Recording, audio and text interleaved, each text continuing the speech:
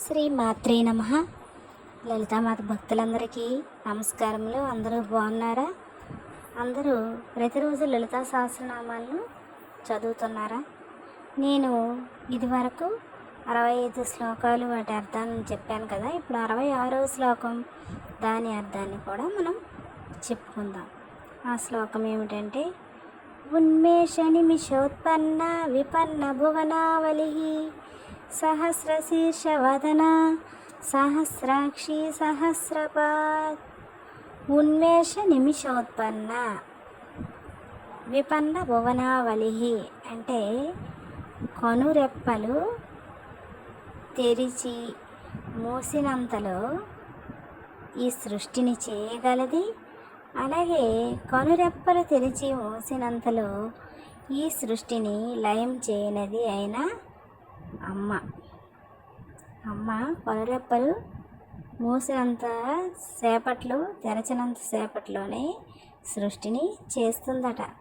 అలాగే కనురెప్పలు తెరచి మూసినంత సేపట్లో సృష్టిని లయం చేస్తుందట. అంటే రెప్పపాటు కాలంలో అమ్మ ఏమైనా చేయగలదు అని అర్థం. సహస్రశీర్ష వదన, సహస్ర అంటే 1000, శీర్షములు అంటే శిరస్సులు కలది. అలాగే వదన ముఖములు కలది. 1000 శిరస్సులు 1000 ముఖములు కలది. సహస్రాక్షి 1000 కన్నులు కలది. అమ్మకి 1000 కళ్ళు ఉన్నాయంట. సహస్రపాత్ 1000 పాదములు కలది. అందుకే అమ్మకి 1000 నామాలు కూడా ఉన్నాయి. చూసారా?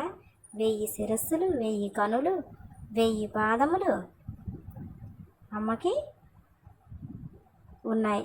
అలాగే 1000 నామాలు కూడా ఉన్నాయి. 1000 నామాలతో అమ్మని కీర్తిస్తే అమ్మ ప్రసన్నరాలై మనకు కావలసిన మన పనులన్నింటినీ అమ్మాయి సులువుగా చేస్తుంది. ఆ అమ్మ మీద భారం వేయటమే మనం చేయాల్సిన పని. అంతకుమించి మనం వృధా ప్రయాసలు ఎన్ని చేసినా మనం అనుకున్నవి ఏవి కూడా జరగవు.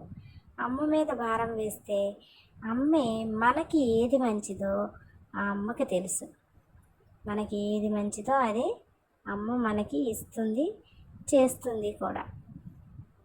అయితే ఫ్రెండ్స్, ఈ వీడియో కనుక మీకు నచ్చినట్లయితే లైక్ చేయండి. మీ ఫ్రెండ్స్కి, ఫ్యామిలీ మెంబర్స్కి అందరికీ షేర్ చేయండి. అలాగే మరిన్ని ఆధ్యాత్మిక విశేషాల కోసం నా ఛానల్ని తప్పకుండా సబ్స్క్రైబ్ చేసుకుంటారని ఆశిస్తున్నాను. శ్రీ మాత్రే నమః.